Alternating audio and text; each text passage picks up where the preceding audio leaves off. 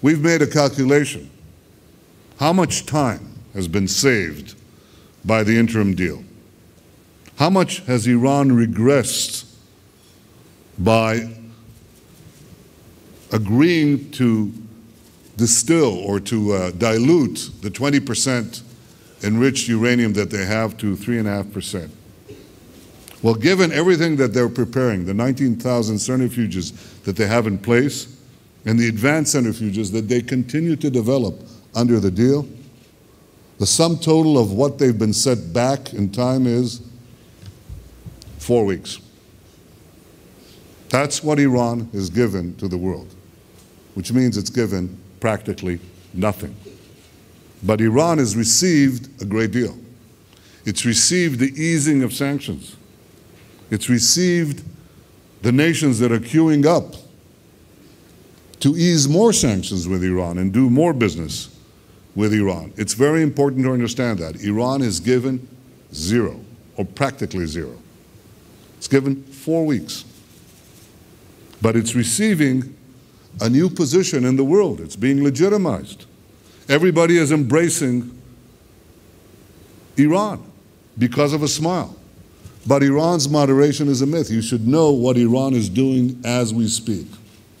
As we speak, inside Iran, innocent people are being executed. They're executed in horrific ways. They're executed with these cranes in the middle of cities. Innocent people, hoisted up, executed by this regime. This regime continues to foster terrorism around the world. It sends the most deadly weapons to Hezbollah, to Hamas, weapons that are fired on our civilians. This regime participates in the slaughter, the massive slaughter, the unending slaughter in Syria. That would not be possible without Iran. The Assad regime does not exist a day without Iran. Without Iran's money, without Iran's weapons, without Iran's commanders who are there on the site to tell the what is left of the Syrian army what to do. But in addition to that, when that didn't help, when everything else failed, Iran supplied Assad with the most important component. They actually gave him fighters. Khamenei instructed Nasrallah to go and bring his people to Lebanon, and there they do, the fighting for Assad. There is no Assad regime without Iran. So as Assad perpetrates this savagery day in and day out, Iran is committing this savagery. Iran is supporting terrorists around the world. Iran is sending these weapons, deadly weapons, to be fired on Israel's cities, and Iran has not changed one iota its call to annihilate the Jewish state. And yet this regime is being embraced. So I think what is needed are two things. One, we have to expose Iran for what it is. It smiles, but it continues its deadly business every day. And secondly, it has to be stripped of the capacity to make nuclear weapons. What the deal that is being discussed today should achieve is one simple thing: zero centrifuges, not one, zero enrichment. They don't need any centrifuges, and they don't have a right for enrichment. I think this is something that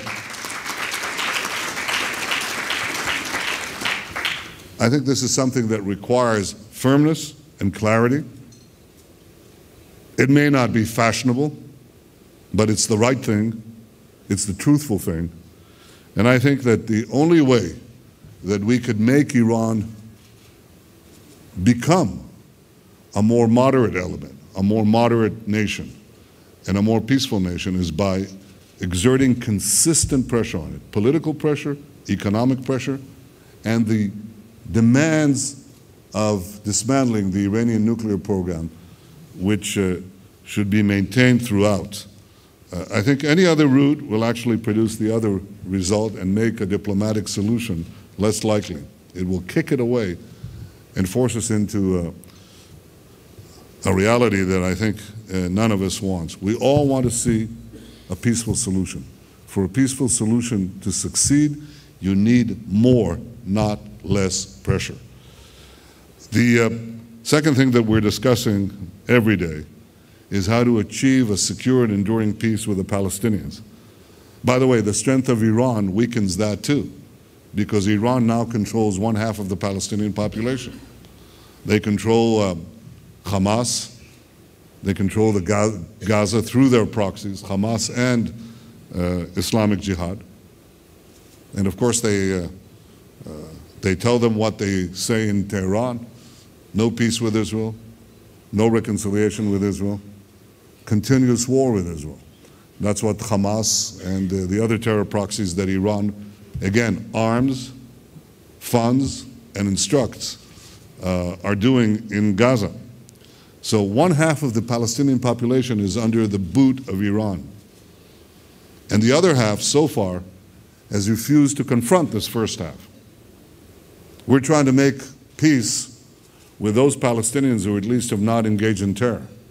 And we say to them, if you want to achieve a real peace, then that peace has to be based on a real reconciliation with the Jewish state of Israel.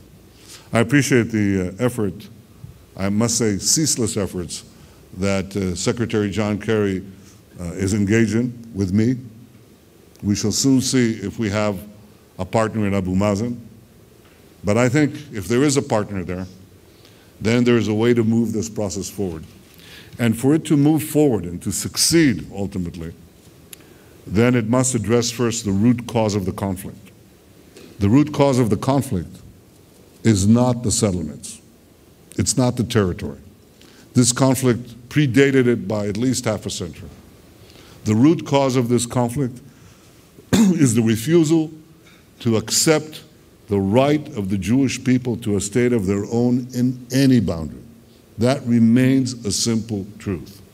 Simple truths have a way of eluding common perception until they somehow land on you like a ton of bricks. Here's a simple truth that eluded all the experts and many of the commentators about the Middle East for decades. This was an area that was supposed to be preoccupied with one conflict. And they always said that the conflict, the core of the conflict in the Middle East, always in the singular, the core of the conflict was the Palestinian-Israeli conflict. That's what was said. Today, if somebody repeated it, he should be at least laughed away. I think that's you find that rarer and rarer, and that's good. Because when you see Syria imploding, and you see Iraq imploding, and you see Lebanon imploding, and you see so many other parts of the Middle East imploding, Libya imploding, when you see all of that happening, you know that has nothing to do with the Palestinians. Yet I bring to your attention the fact that until 2 years ago, people actually said this with a straight face. Professors, scholars, politicians, heads of state, they said the root cause of the conflict in the Middle East is the Palestinian-Israeli conflict. Well, that is as accurate as the next statement that they now say, that the root cause of the Israeli-Palestinian conflict inside the myriad conflicts of the Middle East is the settlements. My friends, you can take all the settlements and you can uproot them, and the conflict will continue. You can have Israel go back to the 67 lines, and the conflict will continue. How do we know that? Because we tried it. That's exactly what we did in Gaza. We went back to the 67 lines. We uprooted at terrible human cost and financial cost the 10,000 Israelis who were there. Did we get peace? What we got is a forward outpost of Iran from which they've so far fired about 12,000 rockets on our heads. Now, what is going to prevent that from happening again? Well, what we need to see with the Palestinians when we make a deal is that they're resigned to the fact that they'll have to make a genuine peace with Israel. And that means finally recognizing the Jewish state. This will be a peace between two nation states. The Palestinians expect us to recognize a nation state for the Palestinian people, how do they have the temerity? How do you translate temerity? How do they have the temerity not to recognize the Jewish state, the nation state of the Jewish people? Do they not know that we've been here for the last 3,800 years? They don't know that this is the land of the Bible, that this is where Jewish history and Jewish identity was forged. This is what defines us. This is how we defined ourselves.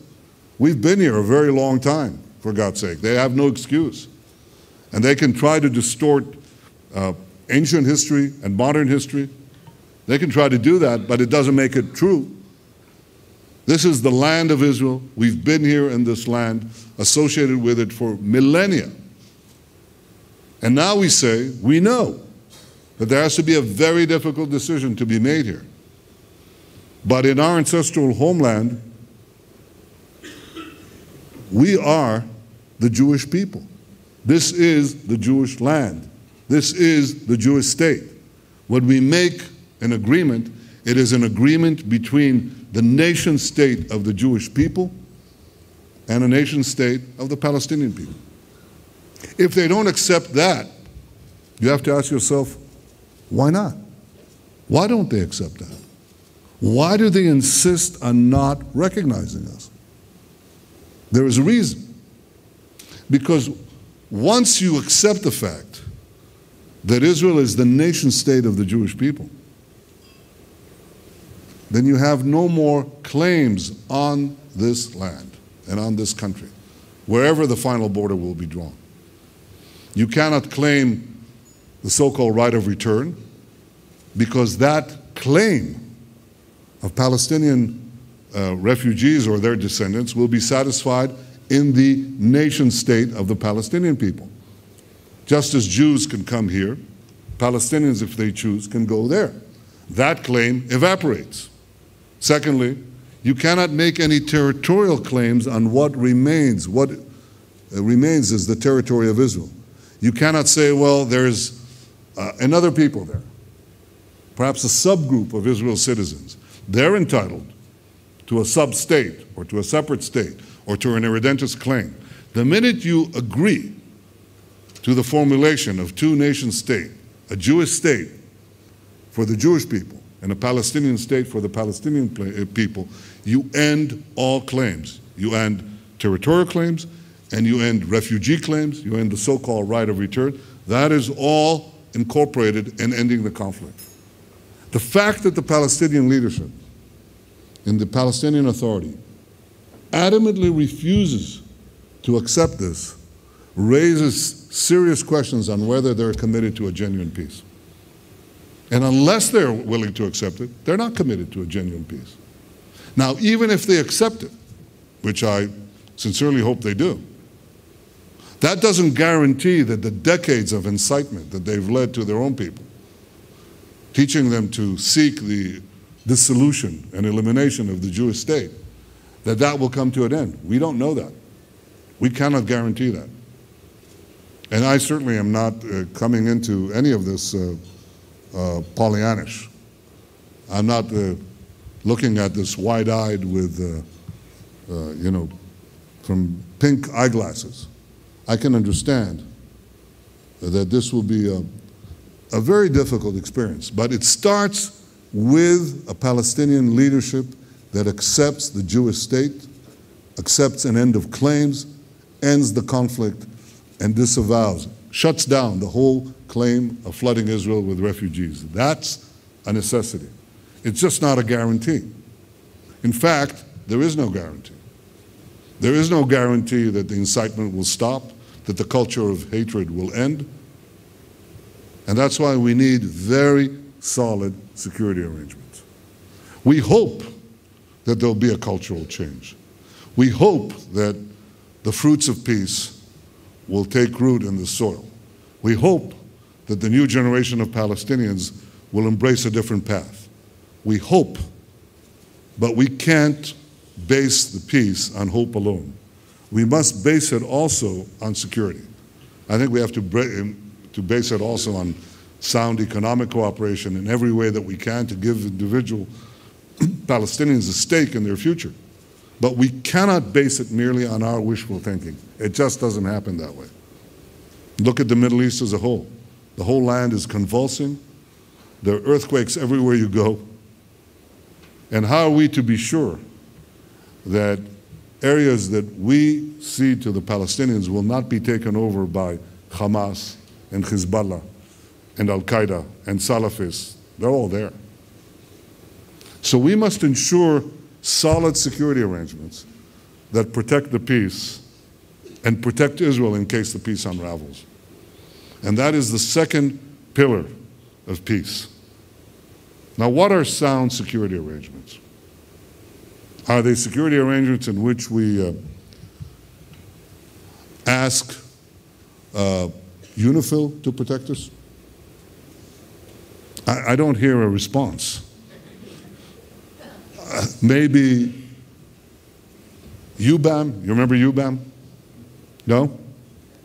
UBAM was the European force that was placed along the Gaza-Sinai border after we departed from Gaza. I have to tell you that in its favor, that it lasted, I think, 7 days. Well, maybe I'm wrong. Maybe a few more, or maybe a few less. But that's about it. The minute Hamas took over, UBAM evaporated. UNIFIL has been unable to staunch or stop the arming of Hezbollah, which by now is quintupled compared to what it was when we left Lebanon in 2006. UNIFIL was charged with preventing the rearming of Hezbollah. Hezbollah has rearmed 5 times and in many ways with much more deadly weapons. Now, the charge, the mandate of UNIFIL is one. It only has one mandate: to report these violations, not to act against them, not to intercede, not to intervene, just to report these violations. So now Hezbollah has anywhere close to 100,000 missiles. How many missiles has UNIFIL reported? Want to guess? 0. So whom are we to rely on to enforce these arrangements? Not UNIFIL? Not UBAM? Maybe UNDOF in the Golan Heights? You know what's happening there. We have world jihad on our fences. We have attacks literally bouncing off our fences. Sometimes they cross. We are, of course, not indifferent to the suffering of the people there, and we've taken hundreds of these people who are bleeding to death, suffering from loss of blood or loss of limbs. We've taken them into our hospitals. But UNDOF? Not UNDOF, not UNIFIL, not UBAM. And we don't ask for Western troops. We're the only country that is allied with the United States in distress that is not asking neither for American troops or for NATO troops. We're perfectly capable of defending ourselves by ourselves against any threat. And that's what we need to continue. So when we speak of robust security arrangements, these are not ones that include these illusory arrangements that don't foster security. And by the way, if security collapses, it's not only the peace that will collapse, it's also the Palestinian Authority that will collapse, and other important regional structures. So when we seek a peace that we can defend, that peace and that security serves not only us, but also our partners in peace. These are the twin elements, the twin pillars of a real peace. Mutual recognition of 2 nation states, a Jewish state alongside a Palestinian state, and it has to be a demilitarized Palestinian state that has around it and in Israel's immediate borders the possibility of Israel defending itself with its own forces. Now, I don't think this is a particularly complicated equation. It's difficult. There are a lot of details in there that I haven't discussed, as you can imagine.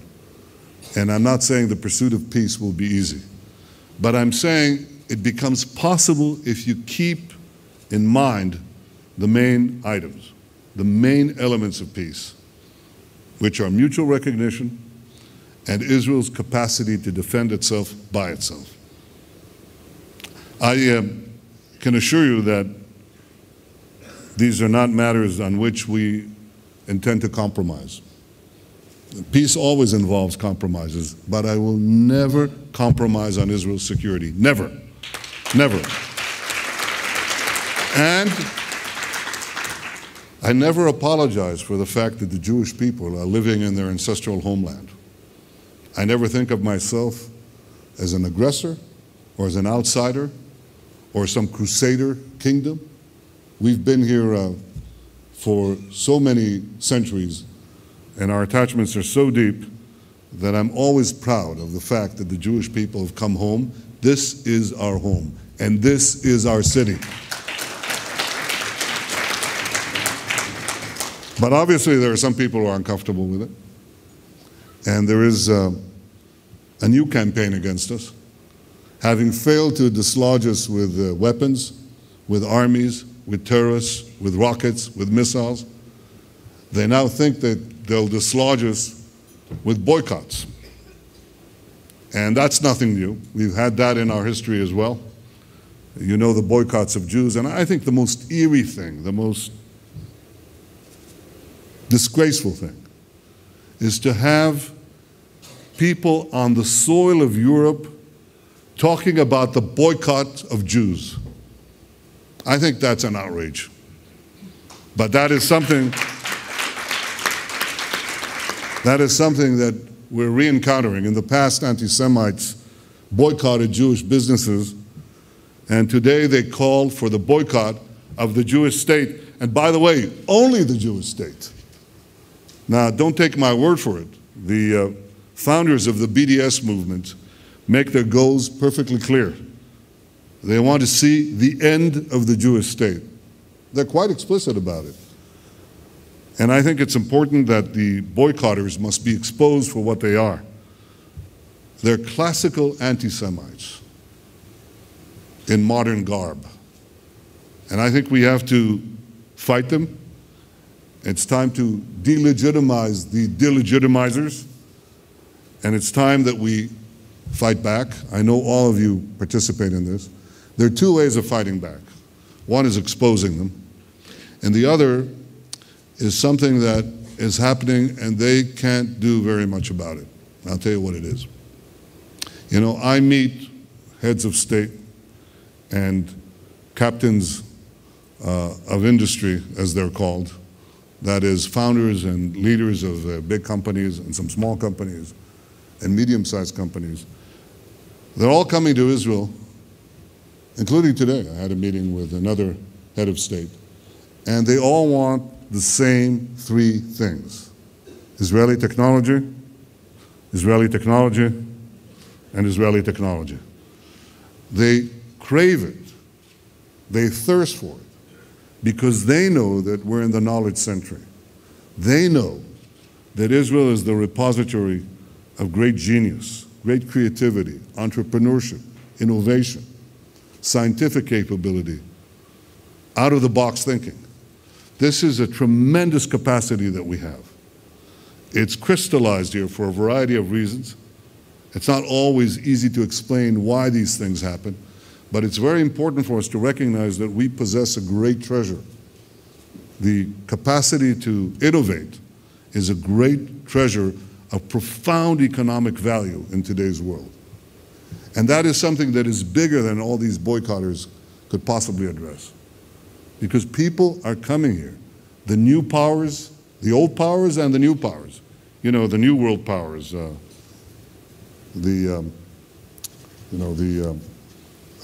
superpowers, Google, Yahoo, you're not laughing. It's not a laughing matter, it's true. They all want to participate in this. They all understand that the world economy is being propelled forward by the internet. The internet requires cyber protection. You have to protect your bank accounts, your privacy, your communications, the power lines, the power grids, traffic lights, train schedules. All of that is run today in the digital world, and all of that requires protection, and we happen to have a capacity to protect it. So for this and for many, many other reasons, Israel is being sought after. And I say that the response that we have to the BDS is twofold. One, expose them. The second is outflank them. We have the economic future of the world in Israel. We have it because we support it. We develop it. And somebody said to me, you know, there are only two real centers of high-tech innovation. This was said to me by a young man whose company is worth today $9 billion and 2 years ago was worth $1 billion. No, I won't be giving out the name. And he said to me, you know, there are only two centers of high-tech innovation in the world. He said, Palo Alto and Tel Aviv. And I said, correction, add Beersheba, because Beersheba will be the new cyber capital of Israel. And you should see what is happening now in the south of Israel, in the Negev, this fantastic growth, this fantastic explosion. We're putting highways and railways to the north and to the south. It makes Israel sound like an enormous country. We're just doing what the United States did in the 19th century, but we're doing it. We're connecting the periphery, we're trying to eliminate the periphery, and the most important lines that we're paving are the fast fiber that we're putting from Kiryat Shmona right to Eilat. That's the real highway. That's the information highway that every child, every boy, every girl in Israel, Jew, non-Jew, Druze, Christian, Muslims, Bedouins, they're all going to be connected to it. And it's a fabulous future that we have. I think we're perfectly suited for the information society.